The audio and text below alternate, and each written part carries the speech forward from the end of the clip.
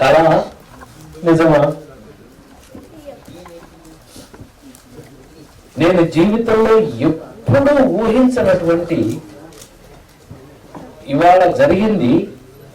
మీరు ఉండవు భరద్వాజారి, మీరు మళ్ళీ మాట్లాడుకోవచ్చు, నాకు తెలుసు. కాదు కాదు, ఇది కళ నిజమా?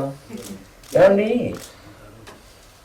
గుండె మీద చేసుకుని చెప్పగలను, 48 సంవత్సరాల సినీ ప్రయాణంలో, సినీ జీవితంలో మరీ అంత ఖచ్చితమైన లెక్కలేదు. ఒక కళాకారుడు లేకపోతే ఒక ఆర్టిస్టు, ఒక జర్నలిజము, ఒక పబ్లిసిటీ జర్నలిజం, నాకు గుర్తుండి ఎప్పటికీ నేను అనలేను. మీలో ఎవరు నా దగ్గరికి వచ్చినా, మనం ఆనాటి 40 ఏళ్ల క్రితం నేను ఫస్ట్ సినిమాలో యాక్ట్ చేసిన దగ్గర నుంచి, నేను హీరో అవ్వక ముందు నుంచి కూడా సినిమాలో యాక్ట్ చేసిన దగ్గర నుంచి నా బిహేవియర్లో ఈ రోజుకి మార్పు లేదని నాకన్నా మీకే తెలుసు. Thank you. పైగా ఆ రోజుల నుంచి కూడా నాకు గుర్తుండి మీరందరూ ఎవరు వచ్చినా మనం అందరం కలిసే భోంచేసాం, కలిసే కూర్చున్నాం, కలిసే మాట్లాడుకున్నాం, కలిసే ఉన్నాం. నేను ఒక ఫ్యామిలీ మెంబర్ని, నేను ఒక యాక్టర్ సెపరేట్, నేను ఎప్పుడూ నేను అనుకోలేదు, మీరు అనుకోనివ్వలేదు, మిమ్మల్ని అనుకోనివ్వలేదు. నాకు ఏదైనా అవసరం వచ్చినప్పుడు నిజంగా ప్రభువుకు తెలుసు, అడ్డంగా వాడేశాను మిమ్మల్ని. ఆ నలుగురు సినిమా రిలీజ్ అయిన రోజున, 2వ రోజున ఆంధ్రప్రదేశ్లో కంబైన్ స్టేట్గా ఉండేది, 8-9 మెయిన్ సెంటర్ల థియేటర్లో తీసేస్తే ప్రెస్ మీట్ పెట్టి ప్రభు నాకు అనే ఏంటి ఎప్పుడు దబాయింది ఏంటి అన్నాడు, నువ్వు కొంచెం సహాయం ఇంకా చేసి అన్నాడు.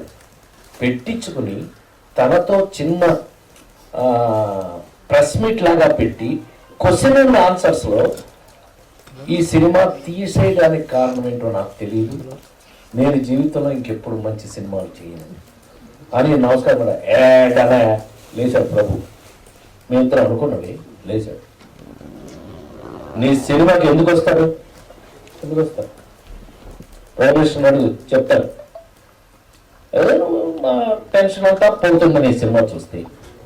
ఇంట్లో అందరూ చూసినా, ఇంట్లో కాయగూరలు దొరుకుతూ మా అమ్మ మా అక్కయ్య చూసినా, ఎవరు చూసినా వాళ్ళ టెన్షన్ అంతా పోతుంది. నువ్వేంటి థియేటర్ బయట ఇలా నిలబడి ఉన్నావేంటి అన్న. అయితే ఏంటన్నా, అయితే నీ సినిమా అంత సీరియస్గా ఉంటే మేము ఎలా చూస్తాం, చూడలేదు అన్నాడు. ఇప్పుడు అదేనా నీ ప్రాబ్లమ్ అన్న. మరి అదే ప్రాబ్లము, నీ సినిమాకి రావాలి అంటే ఫ్యామిలీని అందరం తీసుకుని నీ థియేటర్ దగ్గర 12-13 టికెట్లు కట్ అవుతాయి కదా, ప్రతి సినిమా నీ సినిమాకి కార్లే వస్తుంటాయి కదా అన్నీను.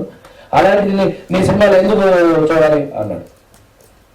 నేను ప్రశ్న అడుగుతాను, సమాధానం చెప్పు. ఏంటి? ఏ మనిషి అయినా చచ్చిపోయిన తర్వాత ఎలా ఉంటాడో నువ్వు చూసుకుంటావా ఎప్పుడన్నా? చచ్చిపోయిన ఎలా చూస్తాడు, ఎలా తెలుస్తుంది అన్నాడు. ముందు మరుగోడు అన్నా. మరి చచ్చిపోతాడు చూడు అంటావేంటాను. పిచ్చోడా, ఈ సినిమా చచ్చిపోయిన తర్వాత స్టార్ట్ అవుతుంది సినిమా. నేను చచ్చిపోవడంతో సినిమా స్టార్ట్ అవుతుంది.